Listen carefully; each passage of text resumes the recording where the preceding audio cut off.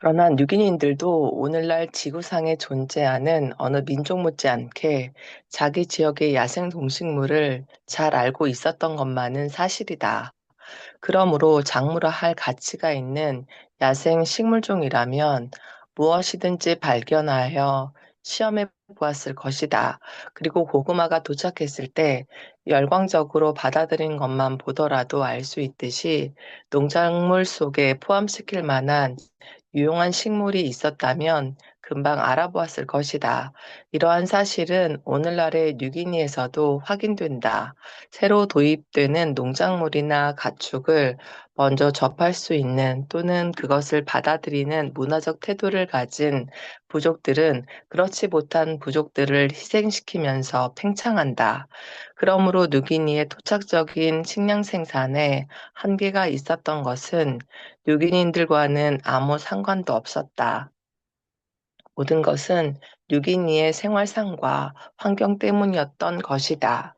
아메리카 원주민들이 지닌 생활상과 환경의 취약점, 각 지역의 토착적인 농업이 그 지역의 식물군에 좌우되었음을 보여주는 또 하나의 예는 미국 동부의 경우다. 뉴기니와 마찬가지로 그 지역에서도 토종 야생식물의 독립적인 작물화가 이루어졌다. 그러나 초기의 발전상에 대해서는 뉴기니보다 미국 동부가 훨씬 더 자세히 연구되었다. 최초의 농경민들이 재배한 농작물들도 밝혀졌고, 각 토종식물의 작물화 시기와 순서도 확인되었다. 아메리카 원주민들은 다른 곳의 농작물들이 도착하기 전에 이미 미국 동부의 여러 강 유역에 정착해 토종 농작물들을 바탕으로 집약적인 식량 생산을 시작했다. 그러므로 그들은 가장 유명한 야생 식물들을 충분히 활용할 수 있는 위치에 있었다. 과연 그들은 어떤 식물들을 실제로 작물화했으며 그렇게 해서 생긴 토종 농작물들은 비옥한 초승달 지대의 창시 작물과 어떻게 달랐을까? 미국 동부의 창시 작물은 비옥한 초승달 지대에서 밀과 보리가 작물화되고도 6천년이 지난 후, 즉 BC 2500에서 1500년에 작물화된 네 종의 식물이었다. 그 중에서 호박의 일종은 먹을 수 있는 종자뿐만 아니라 작은 그릇으로도 이용되었다. 나머지 세 종의 창시 작물은 순전히 먹을 수 있는 종자 때문에 재배되었다. 해바라기, 데이지의 친척인 선프위드, 그리고 시금치의 먼 친척벌인 명아주. 그러나 씨앗작물 4종과 그릇작물 1종만으로는 완전한 식량 생산 체계라고 말하기 어렵다. 그래서 이 4종의 창시작물은 2000년 동안이나 식단을 조금 보완하는 정도로만 이용되었을 뿐이다. 미국 동부의 아메리카 원주민들은 주로 야생 먹거리, 특히 야생 포유류와 물새류, 어패류, 견과류 등에 의존하여 살았다. 그러다가 먹거리를 장만하는 주된 수단이 농경으로 바뀐 것은 세 가지 씨앗 작물, 마디풀, 메이그레스, 벼의 일종, 작은 보리, 씨앗 작물이 더 재배되기 시작한 BC 500에서 200년경 사이의 일이었다. 미국 동부의 이 7종이 농작물에 대해서는 영양학자도 찬사를 아끼지 않을 것이다. 이 작물들은 모두 단백질 함량이 높았다. 밀은 8에서 14%, 옥수수는 9%, 보리와 백미는 자그마치 17에서 32%나 되었던 것이다. 그 중에서 해바라기와 선프위드 2종은 기름도 많았다. 45에서 47%. 특히 선프위드는 단백질 32%에 기름 45%였으므로 영양학자들에게는 꿈의 식물이라고 할 수 있을 정도였다. 그런데 왜 우리는 지금 그 같은 꿈의 식품들을 먹지 않을까? 이 작물들은 영양면에서는 더 바랄 나위 없지만 안타깝게도 다른 측면에서는 심각한 단점들을 가지고 있기 때문이다. 명아주, 마디풀, 작은 보리, 메이그레스 등은 밀이나 보리에 10분의 1 정도밖에 되지 않을 만큼 종자가 너무 작았다. 더구나 선푸위드는 폭맥 수분을 하면서 건초열, 꽃가루로 인한 알레르기성 염증을 일으키는 식물로 익명이 높은 돼지풀의 친척이다. 돼지풀처럼 선푸이드의 꽃가루도 군락지를 형성하고 있는 곳에서는 건초열을 일으킨다. 그런데도 선푸이드를 재배하고 싶다는 생각이 싹 사라지지 않는다면 선푸위드에서는 일부 사람들에게 불쾌감을 주는 강한 냄새가 나고 만지면 피부에 염증이 생긴다는 사실도 상기하자. AD 1년 이후 드디어 몇 개의 교역로를 통해 멕시코의 농작물이 미국 동부로 들어오기 시작했다. 옥수수는 AD 200년경에 도착했지만 그 후로도 여러 세기 동안은 중요한 역할을 담당하지 못했다. 그러다가 AD 900년경에는 북아메리카의 짧은 여름에 적응한 새 변종이 나타났고 1100년경에는 누에콩이 도착하면서 마침내 옥수수, 누에콩, 호박이라는 멕시코산 3대 작물이 완성되었다. 그때부터 미국 동부의 농경은 크게 활성화되었고 미시시피 강과 그 지류들을 따라 인구가 조밀한 추장 사회들이 생겨났다. 일부 지역에서는 훨씬 생산적인 멕시코산 3대 작물과 함께 토종 작물도 존속했지만 대부분의 지역에서는 완전히 3대 작물로 교체되고 말았다. 그래서 인디언들의 밭에서 선포위드가 자라는 것을 본 유럽인은 아무도 없었다. 유럽인들이 남북 아메리카를 식민지화하기 시작한 1492년 무렵에는 이미 농작물로서의 선푸위드는 사라지고 없었기 때문이다. 고대 미국 동부의 특산 작물 중에서 해바라기와 동부 호박 단 이 종만이 다른 곳에서 작물화된 농작물들과 경쟁할 수 있었고 오늘날까지도 재배되고 있다. 현대의 도토리 호박과 여름 호박도 수천 년 전에 작물화된 이 미국산 호박에서 나온 것들이다. 토스. 이와 같이 누기니와 마찬가지로 미국 동부의 경우도 시사하는 바가 많다.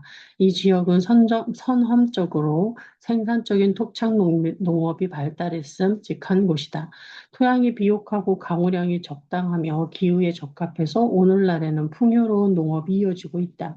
식물군과 생산적인 야생 경과수, 떡갈나무와 히코리를 포함해 종이 다양했다. 실제로 이 지역 아메리카 원주민은 토종 작물을 바탕으로 농업을 발전시켰고 촌랑 생활을 영위했으며 BC 200에서 AD 400년경에는 문화의 꽃을 활짝 피우기도 했다. 오늘날의 오하이오주를 중심으로 한 호프웰 문화. 그들은 수천 년 동안이나 자기 지역에서 가장 유용한 야생식물을 잠재적인 농작물로 활용할 수 있는 위치에 있었던 셈이다. 그렇지만 호프엘 문화가 꽃핀 시기는 비옥한 초승달 지대에서 촌락 생활이 시작되고 나서 거의 9천 년이 흐른 뒤였다. 그리고 이른바 미시시피 문화는 아메리카 원주민이 이룩한 곳으로 멕시코 이북에서 가장 규모가 큰 도시와 복잡한 사회를 낳았는데 이 경우도 멕시코산 3대 작물이 더욱 규모가 큰 인구 폭발을 촉발한 900년 이후의 일이었다. 그러나 인구 폭발은 너무 늦게 찾아왔으므로 인구의 아메리카 원주민은 미처 유럽의 식민지화라는 임박한 재앙에 대비할 겨를이 없었다. 미국 동부산 농작물을 바탕으로 한 식량 생산만으로 인구 폭증을 촉발하기에 불충분했던 이유는 간단하다. 이 지역 야생곡물은 밀과 보리의 유용성과 비교할 수 없었다. 미국 동부의 아메리카 원주민은 그 지역이 야생 콩류, 섬유식물, 과실수나 견과수 등을 작물화하지 못했고 개 이외에는 가축화한 동물도 없었다. 그나마도 아마 남북 아메리카의 다른 지역에서 가축화되었을 것이다. 미국 동부의 아메리카 원주민도 분명히 주변 야생종들 중 중요한 작물이 될 만한 것들을 빠뜨리지 않았을 것이다. 현대과학으로 무장한 20세기의 품종 개량자들조차 북아메리카의 야생식물을 개발하는 데는 별로 성공을 거두지 못했다. 물론 피칸을 견과수로, 블루베리를 과실수로 작물화하고 사과, 자두, 포도, 나무딸기, 블루베리, 딸기 등 유라시아의 몇 가지 과실 작물을 북아메리카의 야생 친척과 교배해 개설한 것은 사실이다. 그러나 이 몇 차례의 성공이 우리 식생활에 일으킨 변화는 900년 이후 멕시코의 옥수수가 미국 동부에 살던 아메리카 원주민의 식습관을 일으킨 변화에 비할 바가 못된다. 미국 동부상 작물에 대한 가장 잘 아는 농경민은 바로 그 지역 아메리카 원주민이었다. 멕시코산 3대 작물이 도착하자 그들은 동부산 작물을 포기하거나 그 비중을 줄이는 선택을 했다. 그러한 결과는 곧 아메리카 원주민이 문화적 보수주의 따위에 구애받지 조- 않으며 좋은 식물을 보면 높이 평가할 줄 알았다는 증거다. 그러므로 뉴기니와 마찬가지로 미국 동부에서도 토착적 식량 생산의 취약점은 아메리카 원주민 때문이 아니라 전적으로 아메리카의 생물상과 환경 때문이었다고 할 수 있다. 척박한 환경에 둘러싸인 수렵채집민의 식량 생산. 지금까지 우리는 식량 생산이 토착적으로 시작된 이면서도 서로 대조적인 세 곳의 예를 살펴보았다. 비옥한 초승달지대는 한쪽 극단에 속하고 뉴기니와 미국 동부는 반대쪽 극단에 속한다. 비옥한 초승달지대의 여러 민족은 훨씬 일찍부터 토종식물을 작물화했다. 그들은 훨씬 더 많은 종을 작물화했고 훨씬 더 생산적이거나 소중한 종을 작물화했다. 또 농작물의 유형들은 훨씬 다양했고 집중적인 식량 생산을 발전시켰으며 조민한 연구를 더 빨리 증가시켰다. 결과적으로 근대에 들어오면 더 진보된 기술, 더 복잡한 정치 조직, 그리고 다른 민족들을 감염시킬 수 있는 더 많은 유행병을 갖게 되었다. 우리는 비옥한 초승달지대, 뉴기니, 미국 동부 사이의 이러한 차이점들이 각 지역의 민족이 가진 취약점이 아니라 야생 동식물의 차이에서 비롯했음을 확인했다. 다른 지역에서 더 생산적인 농작물이 들어왔을 때 뉴기니의 경우에 고구마, 미국 동부의 경우에는 멕시코산 3대 작물, 각 지역 사람들은 신속하게 그 농작물을 활용했고 식량 생산을 강화했으며 인구를 크게 증가시켰다. 이러한 현상을 더 연장해 보면서 캘리포니아, 오스트레일리아, 아르헨티나의 팜파스, 서유럽처럼 식량 생산이 토착적으로 시작되지 못한 지역에는 가축과 작물화에 적합한 야생 동식물이 뉴기니나 미국 동부보다 더 적었다고 말할 수 있다. 이 두 지역에서는 제한적이나마 어쨌든 식량 생산이 시작되었기 때문이다. 실제로 이 장에서 언급한 마크 블루머의 연구, 즉 종자가 큰 볕과 식물에 대한 전 세계적인 조사와 다음 장에서 보게 될 각 지역의 대형 포유류에 대한 전 세계적인 조사는 앞서 언급한 여러 지역에 가축과 작물화할 만한 동물이나 공유가 부족했다는 사실을 보여준다. 토스. 식량 생산의 시작에는 식량 생산과 수렵 채집 사이의 경쟁이 개입되어 있었다는 사실을 돌이켜보자.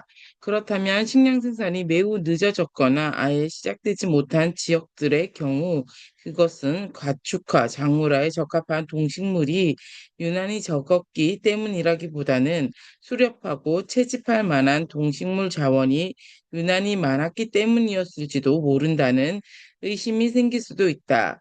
그러나 토착적인 식량 생산이 늦게 시작되거나 아예 시작되지 못한 지역들의 대부분은 수렵 채집민들에게 풍요롭기는커녕 오히려 척박한 환경에 둘러싸여 있었다. 오스트레일리아와 남북 아메리카에서는 유라시아나 아프리카와 달리 빙하기 말기 무렵에 대부분의 대형 포유류가 멸종되었기 때문이다. 그래서 이들 지역에서는 식량 생산에 대한 수렵 채집의 경쟁력이 비옥한 초승달 지대보다도 약했다. 그러므로 이들 지역에서 식량 생산이 실패하거나 취약했던 것은 사냥감이 풍부한 데서 오는 경쟁 때문이었다고 말하기 어렵다.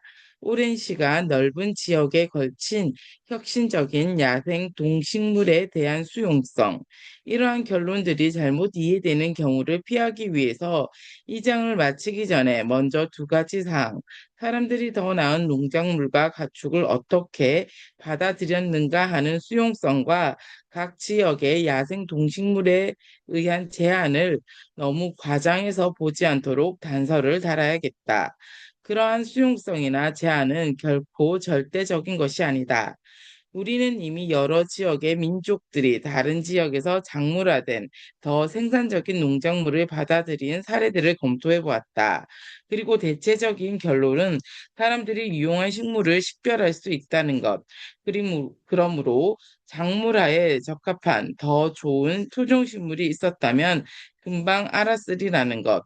문화적 보수주의나 금기 따위에 구애받지는 않았으리라는 것이었다. 그러나 이 장에는 오랜 세월에 걸쳐 넓은 지역에서라는 중요한 수식어를 덧붙여야 한다. 인간 사회에 대해 잘 아는 사람이라면 매우 생산적인 농작물, 가축, 그 밖에 보다 나은 것을 찾아서 선택하는 혁신적인 어떤 사회가 이런 것들을 거부했던 사례들을 무수히 제시할 수 있기 때문이다. 물론 모든 사회가 자기들에게 유용한 모든 혁신을 신속하게 받아들였다고 생각하는 것은 명백히 잘못된 판단이다. 나도 그렇게 하려는 것은 아니다.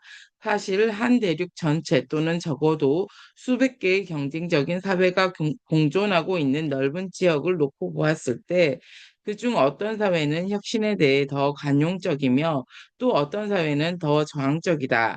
새로운 농작물, 가축, 기술 등을 잘 받아들이는 사회는 그 덕분에 더 잘 먹을 수 있어서 혁신에 저항하는 다른 사회보다 인구가 더 많아진다. 결과적으로 다른 사회를 교체하거나 정복하거나 말살할 수 있게 된다. 이러한 현상은 새로운 농작물을 받아들이는 일에 그치지 않고 훨씬 광범위하게 일어나는 중요한 현상이다. 이에 대해서는 제13장에서 다시 살펴보게 될 것이다. 또 하나의 단서는 각 지역의 야생 동식물이 식량 생산의 발생을 제한한다는 점에 관련되어 있다. 실제로 현대에 이르기까지 식량 생산이 시작되지 않았던 여러 지역에 대해 나는 그들 지역에서는 절대로 아무리 긴 시간이 흘러도 결코 식량 생산이 시작될 수 없었다고 주장하지는 않는다.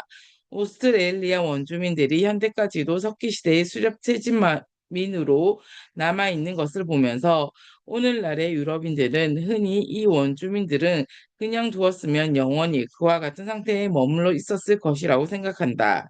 그러한 오류를 제대로 판단하기 위해 외계에서 온 어느 방문객이 BC 3000년의 지구에 뚝 떨어졌다고 가정해보자.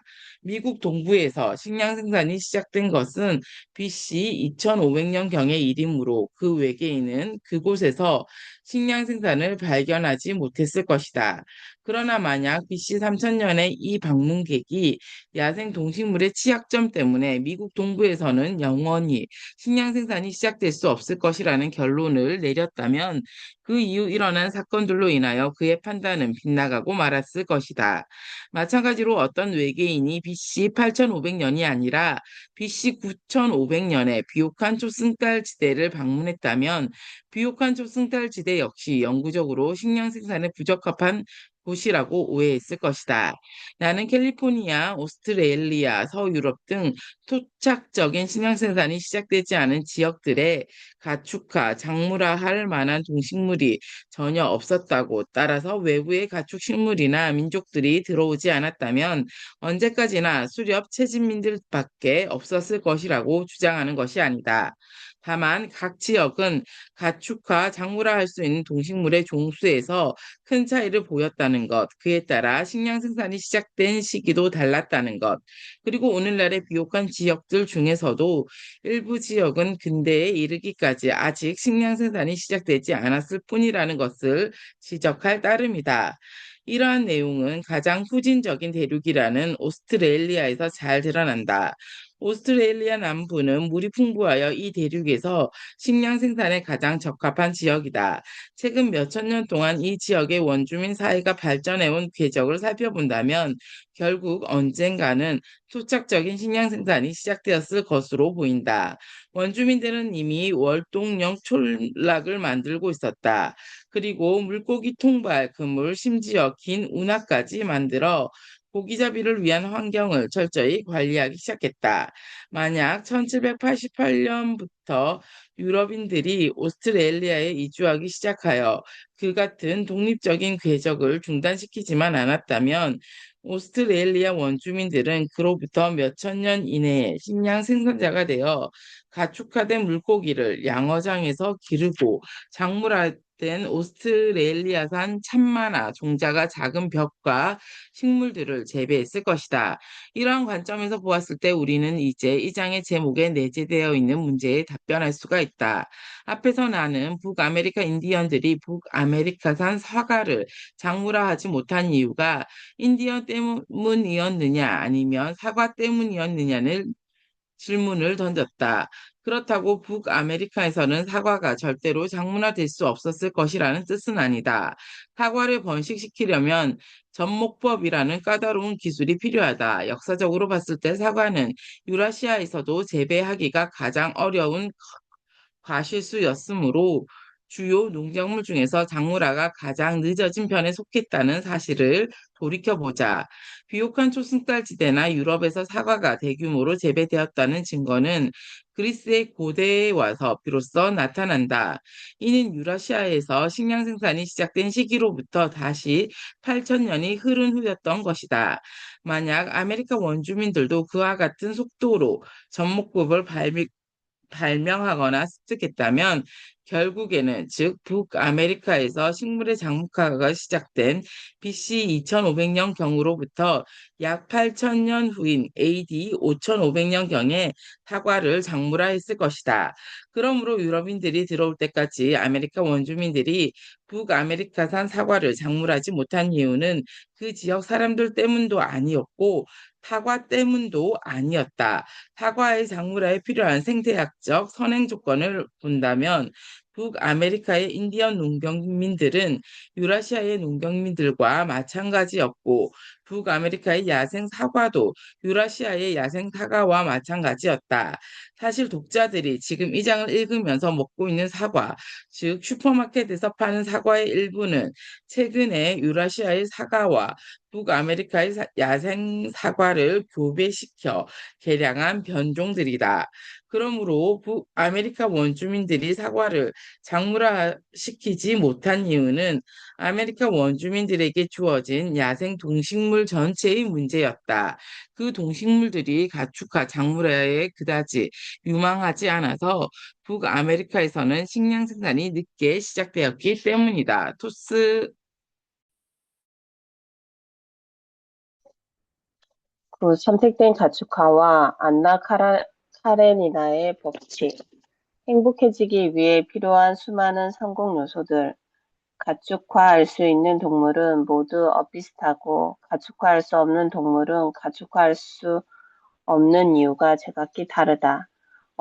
어디선가 그런 말을 읽은 듯 하다는 생각이 든다면 그건 당연한 일이다.